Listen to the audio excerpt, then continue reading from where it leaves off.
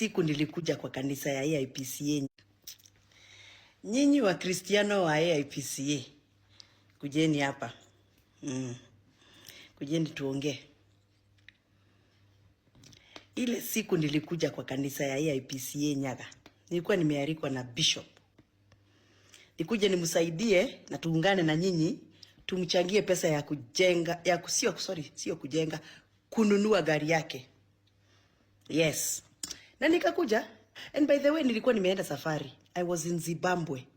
Nikakumbuka niko na Harambee, nikachukua ndege the nearest flight nikafika huku Nairobi 4 am. No, 2 am. By the time I settled to sleep it was about 3:30. Nikalala only 2 hours. Nikaamka niende kanisa ni support Bishop rafiki yangu. I had only 100,000 na nilikuwa na kanisa 2 za kuenda Harambee. Nikaenda Nyaga AIPCA, nikapata Bishop akanichukua hapo nje, tukaingia naye kanisa. After about 30 minutes akanipatia microphone nimpatie pesa, anipatie ruhusa niende kwa hiyo kanisa ingine. Nyinyi wa Kristiano wa AIPCA Nyaga, kujeni hapa. Mnaona vile mmeniweka kwa mashida. Wakati nilipatiwa microphone kupatiana pesa niliwauliza. Nikawaambia mimi ni wa one time. Na nikawaambia watu wa one time wako wengi na pesa nyingi. Mimi nilikuwa na 50,000 peke yake. Nikawaambia hiyo ingine 50,000 naenda kanisa hiyo ingine nilikuwa nimeitwa huko Ikinu. Na nikawaambia nasikia watu watutam wanakuja. Na wanakuja na helikopta na mapesa nyingi sana. Na nikawaambia pesa ikikuja mchukue, lakini mkumbuke hiyo ni ile tu pesa yenyu mnatolewa kwa payslip yenyu, ni pesa yenyu mnatolewa kwa maneno yenyu ya biashara ya tax. Kwa hivyo hiyo pesa ikiletwa mchukue. Na nikaangalia Bishop nikasema, Bishop hiyo pesa ikiletwa mwenyewe chukueni, lakini mjue mimi ni wa one time. Nikawauliza kwa heshima, nyinyi mko wapi ama niko peke yangu kwa one time? Mkasimama nyinyi wote mkaniambia sisi ni one time na mkanifanya hivi. Na ninakumbuka vizuri sana niliwauliza vizuri tena, nyinyi mko wapi? Mkaniambia one time. Kube watu watutam walikuwa wanaangalia kwa mitandao. Wacha wajichoche.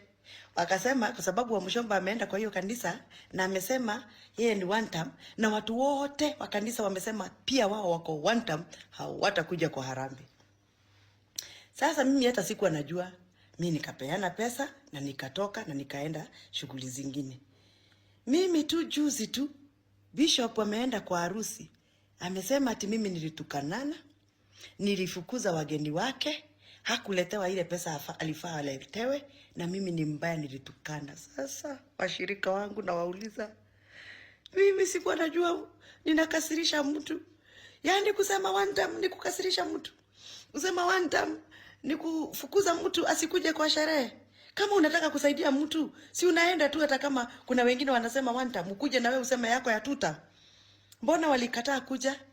Na mbona Bishop ananiwekelea sasa ati nilitukana? Na jamani, na siku kutukana. Ama nyinyi ambao mlikuwa kwa hiyo kanisa mlisikia nimetukana?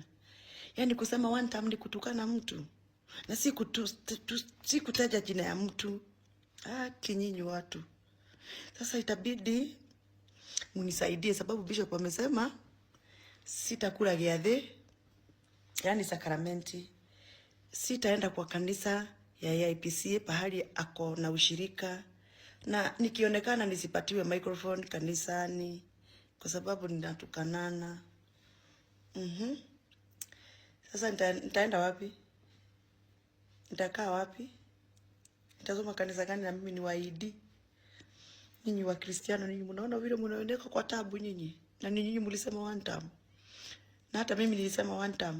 Sasa nataka kutubu. Nitaenda wapi na Bishop amesema nisiende kwa kanisa? Nitaenda kutubu kwa nani?